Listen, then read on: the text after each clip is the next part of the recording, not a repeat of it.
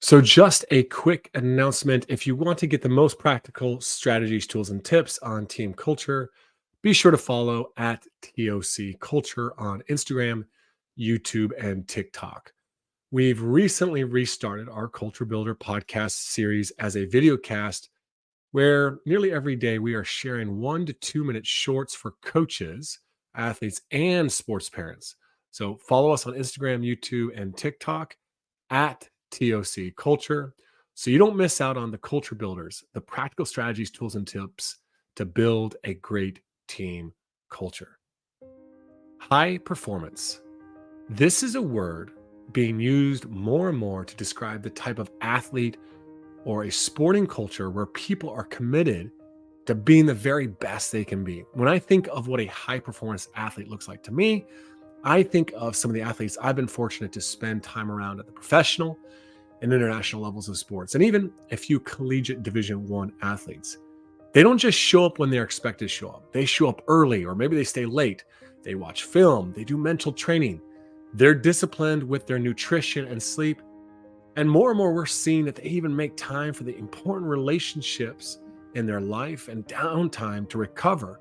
These are critical to performance.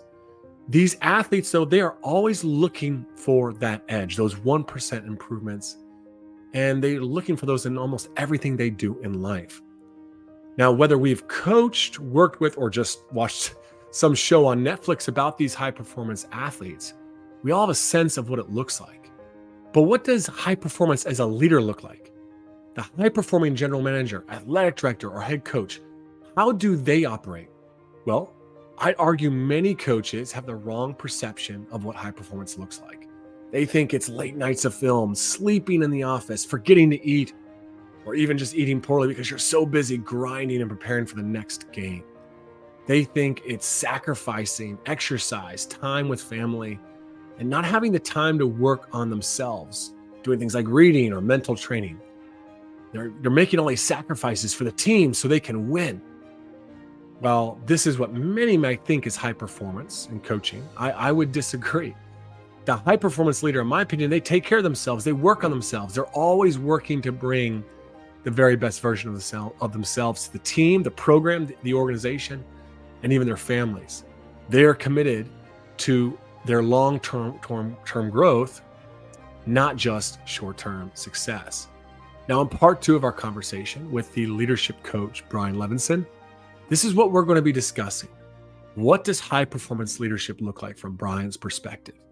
If you haven't already, be sure to go back and listen to part 1 of our conversation with Brian. Brian's an executive leadership coach and a former mental skills coach. Welcome to the Coaching Culture Podcast, the podcast to help you grow as a leader and build a better culture. My name is JP Nurbin, and I'm usually joined by my friends and co-hosts Nate Sanderson and Betsy Budrick, though they sat this interview out. In addition to this podcast, I'm the founder of TOC, which supports leaders and their teams to building extraordinary cultures through one-on-one coaching, consulting, online training, and speaking. To learn more about TOC and my work, I recommend starting with these 3 steps. First, subscribe to the TOC newsletter. There's so much value in that every week. Second, read my book, The Culture System. And third, get trained through our transformational coaching and culture certification program. You can do all these things and learn more about TOC at tocculture.com. Now, for the second part of our conversation with Brian Levinson. So I want to take a step back here, and there's a few things that you've mentioned, even just, around the curiosity of Brad Stevens and the curiosity of Coach Cal. But there's even something earlier you said that I think was really important. You talked about high performance leaders that you work with that are intentional about building their culture. And that word intentional is really, really important to me. I think for me, that's really closing the gap between our philosophy and all those types of things and actually what we end up do, how we lead, right, in so many ways. But I ask you this, when you think about that word intentional, what does that mean to you in the context of leadership? I wouldn't say it was like this big word for me until I was away with my wife. We were actually in Greece and was looking out at the Mediterranean. And at the time I was about 30 episodes into my podcast, and it was called Beyond the Surface. And I was just reflecting on the podcast. It was just starting to like take off, and it was fun and I was enjoying it. This was probably 7 years ago. And sometimes when you're looking out at nature and you're still and you're quiet, things come to you. And I looked at my wife and I go, I kind of think the podcast is not about going beyond the surface with people. It's really been about how they are intentional about how they show up. And it was the thread that I found connected all of the guests I had had up until that point, who were, I had agents, I had media personalities, I had coaches, I had athletes, I had actors, I had business leaders. And the thread that I was noticing is that they were intentional, whether that was spray painting something on their wall or using their self-talk before they went to perform or writing a note to themselves and putting it in their wallet. They were intentional with how they wanted to show up from a mindset standpoint. And I think there is a commonality there that exists for leaders in that they are intentional and thoughtful about how they want to show up and behave, and they care about it. And they care about their reputation to a certain extent because it involves an intentional process. So that word for me is about action, it's about behavior, it's about mindfulness, and it's about a concept and a construct that I'm going to drive my environment rather than have my environment just drive me. And that, I'm going to have it instead of it having me. And I think that's a big piece for me. And certainly for the people that I coach is how do they intentionally want to show up? Mm.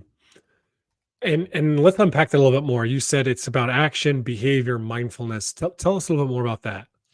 The mindfulness piece is just the idea of it being thoughtful. It's something that we are observant of, that we are staying with, that we are present to. And then just the behavior and to me it's action. So it's one thing to be intentional in your mind, it's a whole nother thing to show up. And I think a big part of leadership is showing up, having conviction, making the mistake, owning the mistake, learning from the mistake, and then figuring out another way to do something. And so leadership to me involves great curiosity in that I'm going to listen, I'm going to ask questions, but we can't just end it there. Like if you're leading, you have to actually take action and you have to be willing to be vulnerable and put yourself out there. And then when things don't go right, you have to raise your hand and say, my bad. And I think a lot of times people in our space focus on the curiosity piece and don't actually emphasize also the conviction piece. And if you're only curious and you're never convicted, I would argue you're not leading. Leadership requires you to take a stand. It requires you to do something that might not be likable or favorable and that might have consequences. And then if it doesn't go well, that's where the humility comes in to be able to say, what did I do? How could I have done it differently? Who the heck am I to make that decision? Who was on the team? How did I come to it? Those are just such pieces to the learning process and the high performance process. One of my things that I want to pick your brain on is something you talked about in your book, Shift Your Mind, which really emphasizes, different polarities that I'll let you kind of give a brief explanation around. But one of the polarities that's, I think was one of your earlier chapters is around humble and arrogant. And this is one that I loved. I've actually done a lot with this with some of the leaders that I've worked with and even some of the teams, just this humility and arrogance, and how oftentimes humility is the one that's like looked well upon in sports and leadership, and arrogance is something that's looked very down upon. But I was wondering if you could speak a little bit about, real quick, what is the polarity? You can give listeners an overview of that. Secondly, why arrogance is actually potentially a good thing and how you see this show up for leaders. First on polarity, I was writing this book before I knew what polarities were. And so I met with somebody who actually was in our sort of Georgetown alumni group. I was curious about the program at the time. And I was like, yeah, I've got this book I've been working on. He's like, if you were to polarities, and I go, nope. And so I started doing a deep dive into polarities, which to me are basically the idea that um, we tend to think of things as good or bad, and we tend not to see the nuance that exists in everything. And so rather than seeing something as good or bad, you can see, all right, there are probably positives that exist with said thing. And then there are positives to the opposite of that. And then there are downsides to each as well. So the idea of using and instead of or. And so let's just use humble and arrogant as an example. Instead of saying we have to be humble or arrogant, it's saying how do we be humble and arrogant? And how do we take the benefits of each while also making sure that we're minimizing the downsides of each? And so that concept of blending is something I'd been doing with my clients. And I'd noticed with the athletes I'd worked with that they did this. So the book is all about these athletes basically coming to me with these polarities and then me realizing, whoa, these exist way beyond my clientele. I'd watch a Chris Rock special, and Chris Rock would basically be talking about how he prepares and then how he performs.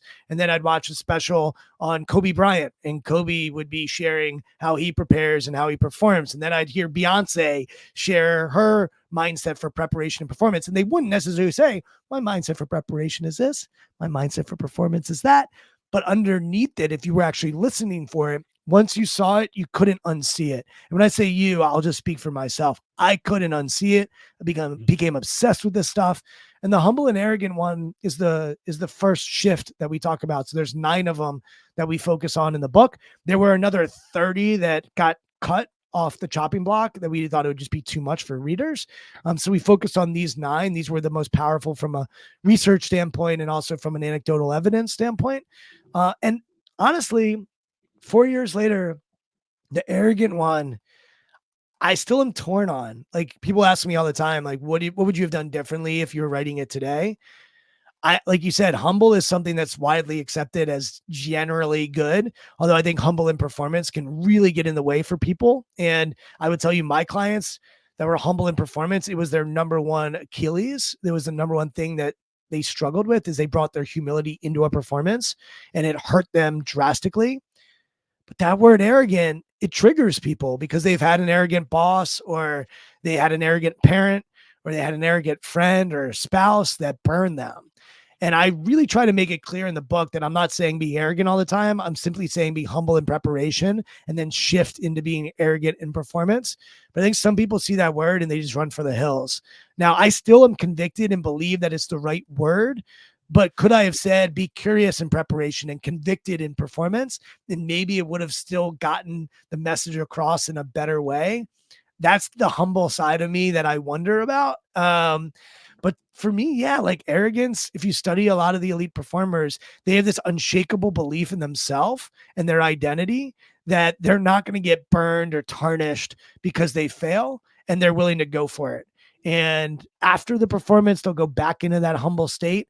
But when they're in between the lines, or they're quote unquote in the arena, they know that they don't have a choice in the matter, and that if they don't believe in themselves, no one else will. So that's what I found as I did all the research. You know, we could have gone with confident, but I think you have to be highly confident to actually be humble. So I think humility requires amazing confidence. And we really did want to have these polarities so that people could see that there's actually value in arrogance, just depends on the environment. There's actually value in humility. It just depends on the environment. But if you're the wrong way in the wrong environment, it can be really toxic for us and the people that we're around. Yeah, yeah, I definitely probably leaned more towards the word conviction, but totally get what you're saying there around why you chose that word arrogance. I think when it comes to leadership, there's an element of it's not okay. It's game time now, right? Like, for executives as well as even coaches, right? Coaches are out recruiting, they're running team meetings, they're doing one-on-ones. It's not all, I mean, leading as a coach is not all about game time. And so you honestly have to hold and navigate both these polarities of humility and arrogance, or conviction, we'll say, if that better suits the listener here. But that's a difficult thing to navigate in leadership, right? Because it's not like, okay, well, it's game time. Now I can go put my, you know, confident hat on. And not that or arrogant hat on. Like, not to say that a guy like Steph Curry, I think, still is able to play with humility as well as arrogance at the same time. But Is he when though? you work, Can we actually go there? Because yeah, I watch Steph and I don't see him humble on the court. I don't like. I mean, he got humbled. We're recording this right after they got drubbed by the Boston Celtics, but I think what's made Steph so spectacular is that he is maybe the most humble superstar we've ever seen off the floor. Like maybe Tim Duncan, but I'm not sure there's ever been an NBA superstar that's low maintenance as Steph, seemingly from the outside looking in. And so there's this humility that he has to get better, to grow, to improve his story, right? Virginia Tech offers him a walk on instead of a scholarship, even though his dad's a legend there. I mean, Davidson's the only place that would take him. Like, there's a whole story here of his humility driving him. He completely transforms his body. He's now jacked. I mean, he's 6'3" and he is a specimen, right? And he is an athletic freak. The guy's a scratch golfer. I mean, like, people think of athleticism in a very minute way of just like jumping and dunking. Like, Steph is a freak, but he transforms when he gets on the floor. He's got that mouth guard going. He's shooting from half court when no one used to do this stuff. Like, he has this unshakable belief, even when they're getting drubbed by the Celtics. And so I think sometimes we don't give ourselves the freedom to step into different versions of ourselves out of fear of being judged by society as being bad, and we don't always go for it, and we hold ourselves back. I think Steph is so inspiring to so many people because he is genuinely humble when he steps off the floor. And then when he gets on the floor, Steve Kerr has literally described him as arrogant. That is the word. He says he has this inner arrogance inside him. And I think sometimes we're afraid to say that because we know if we show up as arrogant and we fail, society's going to laugh at us. They're going to call us evil. They're going to look at us and judge us. And it's scary. And so I just think he's such a good example. Now I get my conviction back up for arrogance, because I just think he is a wonderful example of what my book was all about. Well, few have prepared as well as he has and earned that right to be that level of arrogance, as well as I would say he's still able to navigate it on the floor. He has an arrogance around his play, but he's still coachable and he's still a great teammate, and it's not, while he has this arrogance, it's not all about himself, even when he's playing. And so I think he's able to show us you have to navigate that to be an effective leader on the court. You have to have some bit of humility. And I guess that's where my curiosity for you is, like, when you're working with leaders on, let's say, this polarity, not even all polarities, but even you can focus on this one. How do you help leaders in sports and in business navigate the humble, arrogant polarity? Before I get to the leader, just to close the loop on performers, because I do think leaders are complicated to answer that question. I agree with you. These aren't in a silo. So I have 9 of these. So another one is selfish and selfless. And I think Steph is selfless, even though he's shooting from wherever he's shooting from. He's a selfless player. I talk about being future focused in preparation and being present in performance. Those are other polarities that if you put them together with humble and arrogant, you get something really special. Fear and fearless, perfectionistic and adaptable, uncomfortable and comfortable, experimenting and trusting the process, right?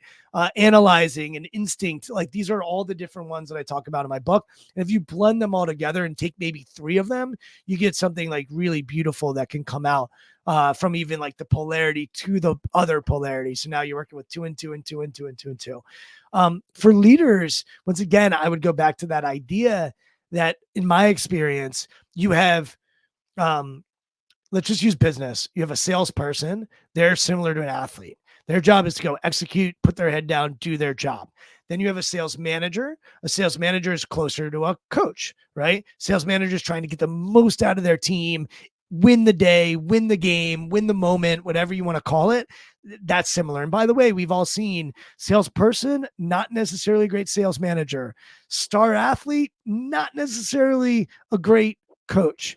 And then when you go above those rings, now you get to the C-suite in business that's thinking about the entire enterprise. And sometimes for the enterprise's sake, we might let go of a high performer, even if they're negatively impacting our culture. A general manager might step in and say, I know you like this player because he can help you win, but he's actually hindering us in growing and creating the type of championship culture we want. So I think you have to look at the different levels to which with which they operate. And then for each of those, there are polarities that they need. I'll go back to that curious and conviction one. I think that's a really big one for a leader, is to listen to everybody in the room, get opinions, get feedback. And then when it's time to make a decision, I'm going to be convicted. That's the direction we're going in. Not everyone's going to agree. And if I'm wrong, I will raise my hand and say that I'm the one that got it wrong. And that to me is where general managers have to be really good. We praise the Jerry Wests of the world as general managers. We praise John Lynch in San Francisco with the 49ers. But if you look, they make awful draft picks. Like they screw up decisions all the time. And we glamorize and glorify people, and we don't always look at their blemishes. And we're all going to have blemishes. So if you're a leader, you better own the blemish. And more importantly, you better learn from the blemish. And then hopefully you won't make the same mistake again. And if you do, then once again, you need to take ownership. So ownership is such a big piece of being a leader, in my opinion. Yeah, and I think you just pointed out where I think leaders, especially in sports, struggle the most is curiosity to take all these different perspectives, hold those perspectives, show respect, right? Make people feel like they were heard and had a voice, but then make the move to conviction, but then come back to humility or curiosity in the sense of like, okay, what did I do to screw up there? Or what could I have done better? And I think it's just this constant moving in and out of those, leaning into those kind of spaces that really high performing leaders are able to do. And I love how you just put high performing with leaders. And there's the intersection that I would probably go toward, because I think that same process is essential for an athlete. Um, Highly curious, learn. Then it's time for game day. I'm going to be convicted. It's not a decision, but it's a time bound performance. Then after the game, I need to go back and be curious and humble and do that process again. So there's probably the intersection where there are similarities between a high performer athlete and a CEO leader. So when we think about these high performing leaders, I've got a couple questions to get you out the door here, but this one I'm going to ask, and I know we're always inundated with the latest influencers, routines and rituals and all the things that people do. But I mean, you've interviewed so many people, you've worked with some great leaders. What are some of the common disciplines or practices that really high performing leaders share that every coach should at least consider incorporated into their life? I don't know. I can give you an answer, and I'm not sure I'm convicted on it. I think it's more like an introspection on what we were talking about earlier. Who am I, and how do I want to show up, and how can I get better? And I think that's maybe the last piece is the people I work with, the people I interview, they are obsessed with getting better and they want to improve. And they create mechanisms to do that, whether it's going back to school or going to conferences or talking to people outside of their industry. I think they do spend a lot of time there. But look, I've had people on my podcast that have tried to neatly define like what it takes to be successful. But to me, success is so individual. And so like what is high performance? I think it depends on how you're measuring it. And certainly we can see high performers in sports, for example, based on wins and losses. But like, I don't know if I continue to have wins in my business, but I get divorced, like for me, that's not going to be success. So my point is basically to say that we all need to get clear on how we define success. And too often we don't spend enough time playing in that sandbox. So if I were to answer your question in a neat and clean way, I would say the best people I've interviewed are really intentional with how they define success. Mm. And then from there, you feel like the daily habits are all very wide ranging. I do. I've worked with people that wake up early and meditate or journal or exercise, and then I work with people who don't. And I think for me, there were times in my life where I was like, okay, I need to meditate for 20 minutes twice a day. I need to exercise for an hour. I need to wake up at 5:30. I need to eat vegan. I need to not drink alcohol. I need to read for an hour. I need to write and journal. Like we have all of these quote unquote hacks for life. And I find that the people that I work with, they have some intention with how they're operating, but they're different. And so I'm hesitant to prescribe like quote unquote hacks, because I think once again, different strokes for different folks. And are you trying to optimize, or are you trying to live a life well lived? And I don't always think those are the same. There are plenty of people who are optimizing professionally, but are doing so in a meaningless way. There are people that are not trying to optimize professionally, but are really great fathers or mothers or grandparents. So I think too often we want to say this is what success is and here's the path. And I had someone on my podcast recently. We talked about, is it more mindset or more habits? And they make the argument that it's more mindset. And yet we're obsessed with habits. I mean, the books that have gotten over 1 million books sold on habits. Like I've had on Charles Duhigg on my podcast, The Power of Habit. Wonderful book. Wonderful book. Atomic Habits. I have not had James Clear on, but wonderful books, right? But I think maybe we're following or going after the habits when we're not spending enough time with the mindset.